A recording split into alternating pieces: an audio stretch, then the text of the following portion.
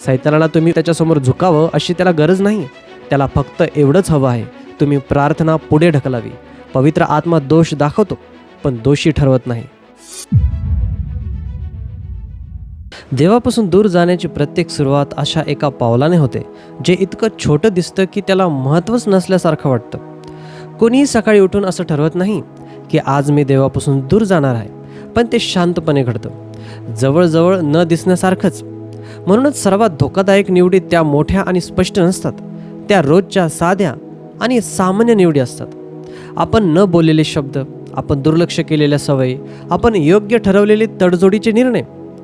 विचार करा, पाप सहसा दार तोडून आत येणाऱ्या चोरासारखं येत नाही. ते हळू आवाजात बोलतं. ते सुचवतं. त्याची सुरुवात एका नजरेपासून, एका क्लिकपासून, प्रार्थना पुढे ढकलण्यापासून होते. शल्मोन राजाने इशारा दिला, द्राक्षमळे नाश करणाऱ्या लहान कोल्ह्यांना पकडा. लहान कोल्हे सुरक्षित दिसणाऱ्या गोष्टी नष्ट करतात. छोट्या निवडी मोठमोठ्या स्थिर गोष्टी उद्ध्वस्त करतात. पवित्र आत्मा स्वभावतः मोठ्या आवाजात बोलत नाही. बायबल त्याला मंद, हळू आवाज म्हणतं. जर पौलाने इफिसकारास 4:30 लिहिल्याप्रमाणे पवित्र आत्म्याला दुःखी करता येत असेल, तर त्याच्याकडे दुर्लक्षही करता येतं. कारण त्याच्यात शक्ती नाही म्हणून नाही, तर आपण इतर आवाज निवडतो म्हणून. पवित्र आत्मा विश्वासणाऱ्याला सोडून जात नाही, पण जेव्हा आपण भक्तीऐवजी विचलन निवडतो, तेव्हा त्याच्याविषयीची आपली संवेदनशीलता कमी होऊ लागते. हे चित्र डोळ्यासमोर आणा. तुम्ही सकाळी उठता, फोन हातात घेता आणि 30 मिनिटं फक्त स्क्रोल करत राहता. काहीच मोठं पाप नाही, फक्त फोनचा आवाज. पण तो आवाज ती शांतता खाऊन टाकतो जिथे देवाचा हळू आवाज ऐकू येऊ शकला असता. येशू अनेकदा एकांत ठिकाणी जाऊन प्रार्थना करत असे. जर देवाच्या पुत्रालाही पित्याचा आवाज ऐकण्यासाठी शांततेची गरज होती, तर आपण तिच्याशिवाय टिकू शकतो असं आपल्याला का वाटतं? इथेच धोका आहे. सामान्य निवडी असामान्य परिणाम घडवतात. एक सकाळ प्रार्थना चुकली म्हणून आत्मा नष्ट होत नाही, पण 100 सकाळी तसंच घडलं तर 20 मरणाची भिंत उभं राहते. दावीद बतशेबासोबत एका नजरेमुळे पडला नाही. ती नजर अनेक दुर्लक्षित निवडीचं फळ होती. आळस, नियंत्रणात न ठेवलेले विचार आणि स्वतःच्या जबाबदारीकडे केलेलं दुर्लक्ष. 2 शमूएल 11:1 आपण पाहतो की एका छोटीशी दुर्लक्षाची वेळ दाविदाच्या जीवनात किती मोठं पतन घेऊन आली. आणि पौल गलतीकारांना इशारा देतो, मनुष्य जे काही पेरतो तेच पीक त्यास मिळेल. बी नेहमी लहान दिसतं, ते मातीखाली लपलेलं असतं, कोणाच्याच लक्षात येत नाही, पण वेळ गेल्यावर त्याचं पीक उगवतं, कधी स्वातंत्र्याचं तर कधी बंधनाचं. जेव्हा आपण चुकीचं बी पेरतो, तेव्हा पवित्र आत्मा आपल्याला आतून हळूच सावध करतो. पण आपण त्याच्या आवाजाकडे एकदा दुर्लक्ष केलं तर तो आवाज थोडा दूर वाटायला लागतो. आणि रोजच दुर्लक्ष केलं तर मग आपण विचार करतो, देव आता बोलतच नाही का? चला साध्या पद्धतीने समजून घेऊया. 2 रस्ते आहेत असं समजा. एक रस्ता आहे घाईघाईच्या प्रार्थनांचा, वरवरच्या बायबल वाचनाचा आणि सतत कारण देण्याचा. दुसरा रस्ता शांत आहे, पण रोजच्या समर्पणाने बनलेला आहे. प्रश्न हा आहे, तुमचं हृदय कोणता रस्ता घडवत आहे? रात्री अजून एक मूवी पाहू म्हणून उशिरापर्यंत जागणं ही छोटी गोष्ट वाटते, पण त्याचा परिणाम सकाळी होतो. सकाळचा थकवा प्रार्थना विचलित करतो आणि हळूहळू देवासोबतचा वेळ कमी होतो. तुम्हाला दिसते का, लहान गोष्टीच अनंत काळ घडवत असतात. येशू म्हणाला, डोळा हा शरीराचा दिवा आहे. जर तुमचा डोळा शुद्ध असेल तर तुमचं संपूर्ण शरीर प्रकाशाने भरलेलं असेल.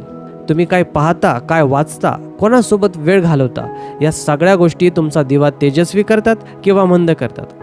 अंधार अचानक येत नाही, तो धुळीसारखा हळूहळू आत येतो, इतका शांतपणे की खिडकी पूर्ण धुकट झाल्यावरच आपल्याला कळतं. स्वतःला एक प्रश्न विचारा, शेवटी असं कधी झालं होतं जेव्हा पवित्र आत्म्याने तुम्हाला सावध केलं आणि तुम्ही लगेच थांबलात? जर आठवत नसेल तर याचा अर्थ असा नाही की देव बोलणं थांबून बसला आहे. याचा अर्थ एवढाच, जीवनाचा गोंधळ आता त्याच्या आवाजापेक्षा मोठा झाला आहे. इब्री लोकास 3:15 म्हणतं, आज जर तुम्ही त्याचा आवाज ऐकत असाल तर तुमचे अंतःकरणे कठीण करू नका. लहानसा कठोरपणा हळूहळू दगड बनतो आणि दगडासारखं हृदय देवाचा स्पर्श जाणवत नसल्यासारखं होतं. असंवेदनशील. आपल्याला वाटतं बंडखोरी म्हणजे देवाविरुद्ध उघडपणे उभं राहणं, पण कधी कधी बंडखोरी एवढीच असते, देवाच्या हळू आवाजाकडे इतक्या वेळा दुर्लक्ष करणं की शेवटी तो ऐकूच येईनासा होतो. देवाला नाही म्हणण्यासाठी मोठ्याने ओरडण्याची गरज नसते. फक्त एवढंच म्हणायचं असतं, नंतर प्रार्थना करेन, नंतर क्षमा करेन, नंतर आज्ञा पाळेन. पण हे नंतर वारंवार बोललं की शेवटी ते कधीच नाही मध्ये बदलतं. म्हणूनच पौल म्हणाला, आत्म्याला विझवू नका. आग एका क्षणात विझत नाही, ती हळूहळू गुदमरते. थोडी तडजोड, थोडं दुर्लक्ष, थोडी कारणं आणि एक दिवस फक्त राख उरते. मग आपण विचारतो, ती ज्वालाच कुठे गेली? पण ज्वाला गेली नव्हती, ती गुदमरली होती. म्हणून आता थोडा वेळ थांबा आणि मनात विचार करा, तुमच्या रोजच्या जीवनात अशी कोणती एक सवय आहे जी तुमचं लक्ष देवापासून दूर नेत आहे? कदाचित ते मोठं पाप नसेल, ते मनोरंजन, सोशल मीडिया, कामाचा वेळ असेल. पण लक्षात ठेवा, चांगल्या गोष्टीसुद्धा मूर्ती बनतात जेव्हा त्या पवित्र आत्म्याचा आवाज दाबायला लागतात. पहिली आज्ञा आजही तितकीच स्पष्ट आहे, माझ्याशिवाय तुला दुसरे देव नसावेत. पण एक गोष्ट अनेक लोक दुर्लक्ष करतात. प्रत्येक छोटी निवड तुमच्या हृदयाला 2 गोष्टी शिकवत असते: देवाच्या आवाजासाठी संवेदनशील व्हायचं की त्याच्याबद्दल कठीण व्हायचं. जेव्हा योसेफ पोटिफराच्या बायकोपासून पळाला, तेव्हा त्या क्षणी अचानक त्याच्यात धैर्य आलं म्हणून तो पळाला नाही. ते अनेक लपलेल्या निवडीचं फळ होतं. वासनांपेक्षा देवाचं भय निवडणं, अंधारातही प्रामाणिकपणा निवडणं. छोट्या विजयांनी त्याला मोठ्या विजयासाठी तयार केलं होतं. म्हणून देवाला दिलेल्या छोट्या होला कधी कमी समजू नका. झोपण्यापूर्वी एक स्तोत्र वाचा, गप्पांऐवजी शांत राहणं, कामावर जाताना हळूच एक प्रार्थना करा. हे छोटे हो तुमच्या हृदयाला त्याचा आवाज ओळखायला शिकवतात. हळूहळू ते देवाजवळ राहण्याची सवय बनवतात. ते असं जीवन घडवतात जिथे पवित्र आत्मा फक्त उपस्थित नसतो, तर त्याचं स्वागत केलं जातं. पवित्र आत्मा श्वासासारखा आहे. तो स्थिर असताना तुम्हाला त्याची जाणीव होत नाही, पण तो गेला तर घाबरायला होतं. ज्या निवडी त्याला दूर नेतात त्या सुरुवातीला नुकसान न करणाऱ्या वाटतात, पण त्या आत्म्याचा श्वास गुदमरवतात. यशाया म्हणतो, हा मार्ग आहे, याच्यातून चाला. जर तुम्हाला तो आवाज आता ऐकू येत नसेल तर स्वतःला विचारा, त्याची जागा कोणत्या गोंधळाने घेतली? आता मला तुम्हाला विचारायचं आहे, आज कोणत्या छोट्या निवडी तुम्हाला घडवत आहेत? कोणत्या गोष्टी हळूहळू तुमचं हृदय देवापासून दूर नेत आहेत? धोका उद्याच्या मोहात नाही, धोका आजच्या दुर्लक्षात आहे. कारण उद्याचा दिवस आजच्या दिवसापासूनच जन्म घेतो आणि पवित्र आत्मा आत्ताच बोलत आहे. तुम्ही त्याचा हळू आवाज ऐकाल की पुन्हा एकदा त्याकडे दुर्लक्ष करून पुढे निघून जाल? पेत्राचा थोडा विचार करा. त्याने येशूला एका क्षणात नकारलं नाही. त्याची सुरुवात छोट्या भीतींपासून आणि छोट्या तडजोडींमधून झाली. आधी तो येशूपासून दूर राहून मागे मागे चालत होता. मग तो अनओळखी लोकांसोबत शेकोटीजवळ बसला आणि शेवटी त्याने शपथ घेऊन सांगितलं की मी त्याला ओळखत नाही. प्रत्येक पाऊल लहान वाटत होतं, पण त्या सगळ्या तडजोडींनी मिळून त्याच्या हृदयाला वेदना देणारं नाकारणं उभा केलं. हीच खरी गोष्ट आहे. आत्मिक पतन देवापासून दूर जाणे एका रात्रीत होत नाही, ते हळूहळू होतं. जसं पाया तडकायला लागतो, आज त्या तड्यांकडे दुर्लक्ष केलं तर उद्या संपूर्ण भीत कोसळते. नीतिसूत्रे 4:23 सांगतं, सर्व रक्षणीय वस्तूंपेक्षा आपल्या अंतःकरणाचे विशेष रक्षण कर, कारण त्यात जीवनाचा उगम आहे. तुमच्या हृदयातला प्रत्येक दुर्लक्षित तडा हा तडजोड आत येण्यासाठीचा दरवाजा असतो. ते तडे कोणते आहेत? काही लोकांसाठी ते पाप कबूल न करण्याची सवय आहे, जणू काही पाप अस्तित्वातच नाही. काही लोकांसाठी प्रत्येक शांत क्षण गोंधळाने भरून टाकणं आहे. संगीत, कार्यक्रम, सततच्या गप्पा, जेणेकरून त्यांना देवासमोर शांत बसावंच लागू नये. पण दावीद प्रार्थना करत होता, हे देवा, माझे परीक्षण कर आणि माझे मन जाण, माझी परीक्षा घे आणि माझे विचार जाणून घे. जे लोक देवाला आपल्या हृदयाचे तडे दाखवू देतात तेच खरे मजबूत राहतात. आजच्या काळातलं एक साधं उदाहरण बघा. एखादी व्यक्ती दिवसभराच्या कामानंतर खूप थकलेली घरी येते. देवामध्ये विश्रांती शोधण्याऐवजी ती तासनतास काहीतरी पाहत बसते. दुसऱ्या दिवशी सकाळी ती इतकी थकलेली असते की प्रार्थनाही होत नाही. ती एकच निवड त्यावेळी नुकसान न करणारी वाटते, पण जेव्हा ती रोजची सवय बनते तेव्हा एक चक्र तयार होतं. हळूहळू प्रार्थना करणंच कठीण वाटायला लागतं. पवित्र आत्मा दूर गेलेला नसतो, पण सततच्या मनोरंजनाच्या आवाजाखाली त्याचा आवाज दाबला जातो. येशूने पेरणाऱ्याच्या दाखल्यामध्ये याबद्दल सांगितलं. काही बी काट्यांमध्ये पडलं आणि त्या काट्यांनी वचन दाबून टाकलं, त्यामुळे ते निष्फळ झालं. काटे एका क्षणात नाश करत नाहीत, ते हळूहळू वाढतात, घट्ट गुंडाळतात आणि शेवटी फळ गुदमरून जातं. हे फाटे म्हणजे छोट्या निवडी, चिंता, लोभ, विचलित करणाऱ्या गोष्टी, जे शांतपणे देवाने तुमच्यात लपवलेलं दाबून टाकतात. तुम्हाला दिसतंय का हे किती सूक्ष्मपणे घडतं? म्हणूनच पौल लिहितो, म्हणून तुम्ही कसे जगता याविषयी काळजीपूर्वक असा. मूर्ख लोकांसारखे होऊ नका, तर शहाण्या लोकांसारखे व्हा. शहाणपण म्हणजे नेहमी चांगलं आणि वाईट यामधील निवड नसते. अनेकदा ती चांगलं आणि सर्वोत्तम यामधील निवड असते. जे तुम्हाला भरून काढतं आणि जे तुम्हाला रिकामं करतं यामधली निवड. इथेच संघर्ष आहे. देवाने आपल्याला स्वातंत्र्य दिलं आहे, पण शिस्त नसलेलं स्वातंत्र्य सापळा बनतं. पौल म्हणतो, मला सर्व गोष्टी करण्याचा अधिकार आहे, पण सर्व गोष्टी हितकारक नसतात. काही गोष्टी पाप नसतात, पण त्या उपयोगीही नसतात. त्या प्रार्थनेसाठीची भूक कमी करतात. त्या देवाच्या हळू आवाजाबद्दल हृदयाला कठीण बनवतात. त्या पवित्र आत्म्याचा आवाज दूर असल्यासारखा वाटू लागतात. कदाचित तुम्ही हे अनुभवलं आहे. जेव्हा बायबल वाचणं जड वाटतं, प्रार्थना कोरडी वाटते, उपासना फक्त सवयीसारखी वाटते, तो कोरडेपणा नेहमी सैतानाचा हल्ला नसतो. कधीकधी तो आपल्या स्वतःच्या निवडीचं फळ असतं. इर्मिया 2:13 देव म्हणतो, कारण माझ्या लोकांनी 2 दुष्कर्म केली आहेत. जो मी जिवंत पाण्याचा झरा त्या मला सोडून त्यांनी आपणांसाठी हौद, फुटके हौद ज्याच्याने काही पाणी धरून ठेवत नाही, ते खोदले आहेत. मग आपण काय करायचं? उत्तर अपराधी मनात नाही, तर जागृतीत आहे. देव आपले तडे आपल्याला लाजवण्यासाठी दाखवत नाही, तर बरे करण्यासाठी दाखवतो. पवित्र आत्मा दोष दाखवतो, पण दोषी ठरवत नाही. रोमकारांस 8:1 स्पष्ट सांगतं, म्हणून ख्रिस्त येशूमध्ये असणाऱ्यांना दंडाज्ञा नाही. पवित्र आत्मा तुम्हाला दूर ढकलत नाही, तर तुम्हाला परत बोलावत आहे. जर तुम्ही थांबून त्याचा आवाज ऐकाल तर. पुन्हा थोडं शांततेबद्दल बोलूया. एलियाला वाटलं देव वाऱ्यात, भूकंपात किंवा अग्नीत असेल, पण देव हळू आवाजात आला. जर तुमचं जीवन सततच्या धावपळीच्या भूकंपाने भरलेलं असेल, तर तुम्हाला त्याचा आवाज ऐकूच येणार नाही. कधी कधी तुम्ही करू शकणारी सर्वात पवित्र गोष्ट म्हणजे आवाज बंद करणं, शांत बसणं आणि त्याच्या हळू आवाजाची वाट पाहणं. हे ऐकायला सोपं वाटतं, पण ते सोपं नाही. कारण शांतता आपल्याला उघडं करते. ती त्या जखमा दाखवते ज्या आपण लपवू इच्छितो. ती पाप दाखवते ज्यांना आपण कारण देतो, आणि त्या भीती बाहेर आणते ज्या आपण मनात खोल दडवून ठेवतो. पण नेमक्या त्याच ठिकाणी पवित्र आत्मा उपचार आणू इच्छितो. स्तोत्रसंहिता 46:10 म्हणतं, शांत व्हा आणि लक्षात ठेवा, मीच देव आहे. शांत बसणं म्हणजे आळशीपणा नाही, ते समर्पणाचं एक कृत्य आहे.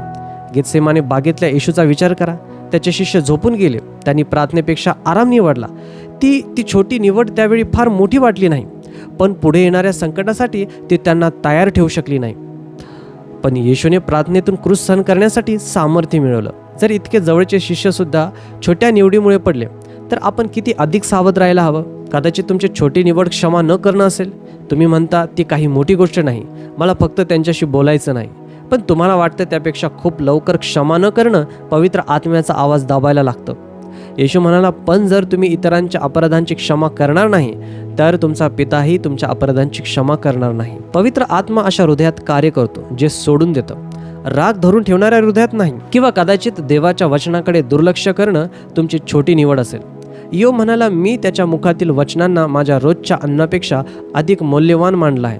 आणि आज आपण बायबलकडे किती हलकं पाहतो याची तुलना करा.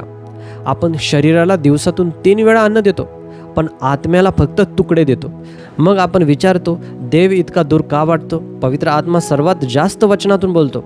आता एक साधं पाऊल घ्या. एका विचलित करणाऱ्या गोष्टीच्या जागी एक भक्तीची गोष्ट ठेवा. एका कार्यक्रमाऐवजी एक स्तोत्र वाचा. एका तक्रारीच्या जागी एक आभाराची प्रार्थना करा. एका स्क्रोलच्या जागी हळूच म्हणा, हे देवा, मी इथे आहे. या काही मोठ्या गोष्टी नाहीत, पण सातत्यपूर्ण गोष्टी आहेत, आणि सातत्य हृदयाला संवेदनशील बनवतं. याकोब 4:8 वचन देतो, देवाजवळ या आणि तो तुमच्या जवळ येईल. पवित्रता एखाद्या मोठ्या आणि नाट्यमय क्षणावर उभी राहत नाही, ती रोजच्या लपलेल्या निवडींवर उभी राहते, ज्या निवडींसाठी कोणी टाळ्या वाजवत नाही. म्हणूनच येशू म्हणाला, जेव्हा तुम्ही प्रार्थना करता तेव्हा आपल्या खोलीत जा, दार बंद करा आणि आपल्या पित्याला प्रार्थना करा. स्वर्गाची दाद त्यांनाच मिळते जे लोकांसमोर नाही, तर गुप्त ठिकाणी देवाची निवड करतात. पवित्र आत्मा आपल्या दिखाव्याने प्रभावित होत नाही, तो आपल्या समर्पणाने आनंद मानतो. म्हणूनच पौल विश्वासणाऱ्यांना सांगतो, आपण आत्म्याच्या द्वारे जगत असू तर आत्म्याच्या मार्गाने चालूया. आत्म्याच्या मार्गाने चालणं म्हणजे रोजच्या छोट्या गोष्टींमध्ये स्वतःला त्याच्यासोबत जुळवून घेणं. एखादा नृत्य करणारा एका मोठ्या हालचालीने ताल शिकत नाही, तर शेकडो शांत आणि लपलेल्या पावलाने शिकतो. आणि इथेच आनंदाची गोष्ट आहे. ज्या पवित्र आत्म्याचा आवाज आपण अनेकदा दाबतो, तोच आत्मा आपल्याला पुन्हा उभंही करतो. पेत्राने येशूला 3 वेळा नाकारलं, पण गालिल समुद्राच्या किनाऱ्यावर येशूने त्याला 3 वेळा विचारलं, तू माझ्यावर प्रेम करतोस का? प्रत्येक नाकारण्याला पुनर्स्थापना मिळाली, प्रत्येक अपयशाला कृपा मिळाली. हाच पवित्र आत्म्याचा स्वभाव आहे. तो आपल्याला दोष देण्यासाठी नाही, तर पुन्हा देवासोबतच्या संगतीत आणण्यासाठी आपल्या अंतःकरणाला स्पर्श करतो. म्हणून थोडा वेळ थांबा आणि स्वतःला विचारा, तुमच्या छोट्या छोट्या निवडी कोणता मार्ग तयार करत आहेत? असा मार्ग जो तुम्हाला पवित्र आत्म्याजवळ आणतो, की असा जो तुम्हाला त्याच्यापासून दूर नेत आहे? कारण एक दिवस मागे वळून पाहताना तुम्हाला कळेल की त्या छोट्या निर्णयांनीच तुमचं भविष्य घडवलं होतं. पवित्र आत्मा आत्ताही हळू आवाजात बोलत आहे, पण तुम्ही त्याचा आवाज ऐकण्यासाठी स्वतःला शांत कराल का? तुमच्या आत्म्यासाठीची प्रत्येक लढाई साध्या गोष्टींमध्ये लढली जाते, मोठ्या मंचांवर नाही, तर घराच्या शांत कोपऱ्यात, सकाळच्या सवयींमध्ये, रात्री उशिरा येणाऱ्या विचारांमध्ये. सैतानाला तुम्ही उघडपणे त्याच्यासमोर झुकावं अशी त्याला गरज नाही. त्याला फक्त एवढंच हवं आहे, तुम्ही प्रार्थना पुढे ढकलावी, पापासाठी कारणं द्यावीत आणि पवित्र आत्म्याच्या टोचणींकडे दुर्लक्ष करावं.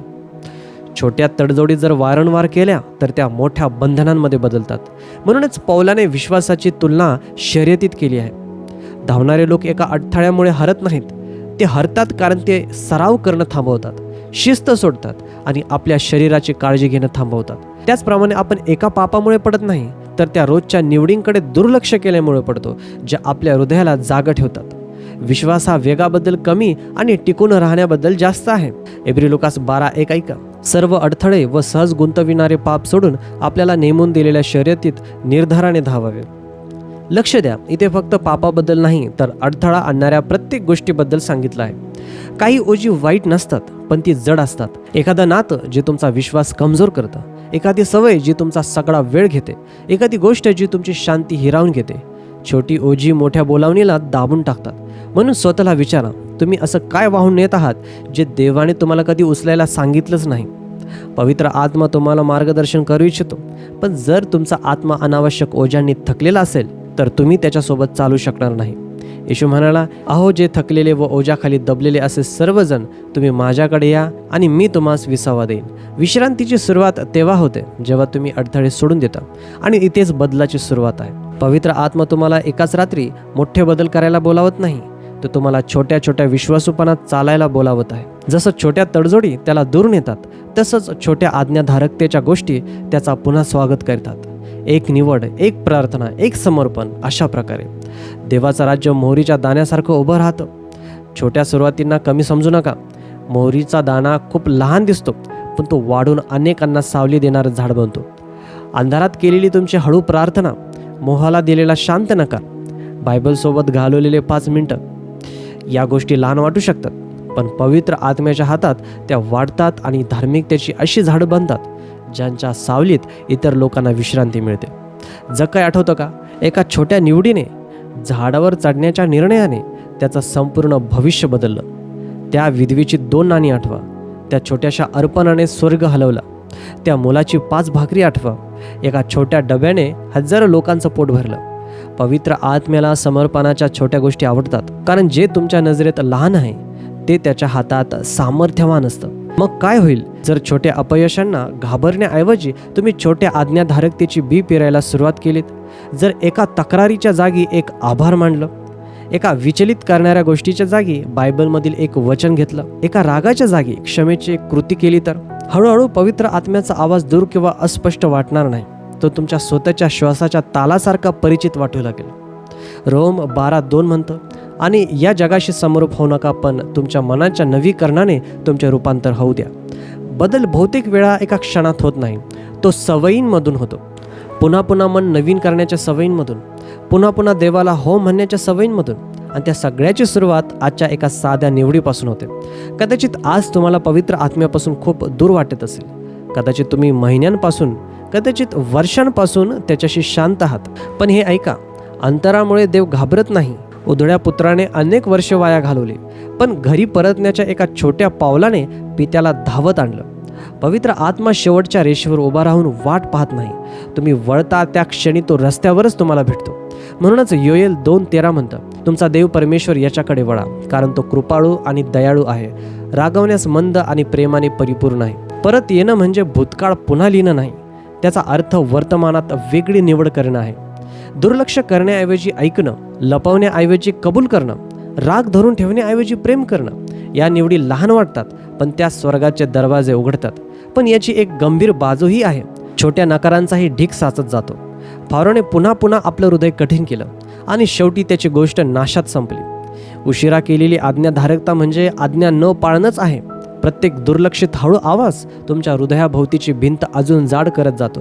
म्हणूनच बायबल सांगतं, पवित्र आत्म्याला विझू नका. आग पुन्हा पेटू शकते, पण त्यासाठी आधी तुम्हाला तिला दाबून ठेवणं थांबावं लागेल. म्हणून आज निर्णय तुमच्या समोर आहे. तुमच्या छोट्या निवडी तुम्हाला स्वातंत्र्याकडे घेऊन जातील की बंधनाकडे? त्या तुमचे कान पवित्र आत्म्याच्या आवाजासाठी तयार करतील की त्याच्याकडे दुर्लक्ष करायला शिकवतील? पवित्र आत्म्याचा आवाज तुम्हाला सोडून गेलेला नाही. प्रश्न एवढाच आहे, आज पुन्हा तुम्ही त्याचा आवाज दाबून टाकणार आहात की त्याला तुम्हाला जीवनाच्या मार्गाने चालवू देणार आहात? आज रात्री हे प्रत्यक्षात करून पाहूया. अशी एक छोटी गोष्ट निवडा जी पवित्र आत्म्यासाठी जागा तयार करेल. कदाचित झोपण्यापूर्वी मोठ्याने एक स्तोत्र वाचा, किंवा फोन 10 मिनिटांसाठी बंद करून शांत बसून राहा, किंवा ज्याने तुम्हाला दुखावलं आहे त्या एका व्यक्तीसाठी प्रार्थना करा. या क्षणांना कमी समजू नका.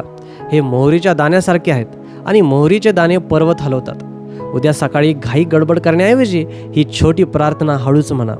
पवित्र आत्मा बोल आणि मी ऐकेन. गाडीत म्हणा, स्वयंपाकघरात म्हणा, चालताना म्हणा. ती प्रार्थना दिवसभर मनात ठेवा. आणि जेव्हा पवित्र आत्मा तुम्हाला एखादी गोष्ट आठवण करून देईल, एखादी चूक दाखवेल किंवा सांत्वन देईल, तेव्हा उशीर करू नका. लगेच आज्ञा पाळा. प्रत्येक आज्ञाधारकता पुढची आज्ञाधारकता सोपी बनवते. अशाच प्रकारे हृदय पुन्हा संवेदनशील होतं. शेवटी पौलाचे गलती करा 6:9 मधले शब्द लक्षात ठेवा. आणि चांगले करण्याचा आपण कंटाळा करू नये, कारण आपण खचलो नाही तर नियोजित समय कापणी करू. तुमचं पीक तुमच्या सवयींवर अवलंबून आहे आणि तुमच्या सवयी तुमच्या निवडींमधून जन्म घेतात. रोज पुन्हा पुन्हा केल्या जाणाऱ्या छोट्या निवडी त्या तुमच्या विश्वासाला उपाशी ठेवतील किंवा त्याला जिवंत ठेवतील. आता निवड तुमची आहे. जर हा संदेश तुमच्या हृदयाला स्पर्श करून गेला असेल तर त्याकडे गांभीर्याने पहा. पवित्र आत्मा अजूनही हळू आवाजात बोलत आहे. दोष देण्यासाठी नाही तर बोलावण्यासाठी. तो म्हणत आहे, हा मार्ग आहे, याच्यातून चाला. त्याचा आवाज दाबू नका. ऐका, आज्ञा पाळा आणि तुम्हाला असं जीवन, अशी शांती आणि असा आनंद मिळेल जो जग कधीच हिरावून घेऊ शकणार नाही. जर या संदेशाने तुमचं हृदय हलवलं असेल तर या चॅनलला सबस्क्राईब करा आणि नोटिफिकेशन सुरू करा. या चॅनलवर आपण कठीण प्रश्नांना एकत्र सामोरे जातो आणि बायबलच्या मार्गदर्शनाने उत्तरं शोधतो. छोट्या छोट्या निवडींमध्येही पवित्र आत्म्याचा आवाज पुन्हा कसा ऐकायचा हे शिकण्यासाठी आमच्यासोबत चालत राहा. व्हिडिओला लाईक करा. कोणते शब्द तुमच्या मनाला स्पर्श करणारे ठरले कमेंटमध्ये नक्की कळवा. देव तुम्हाला आशीर्वाद देव आणि त्याच्या आवाजासाठी तुमचं हृदय संवेदनशील ठेवू. पुन्हा भेटूया.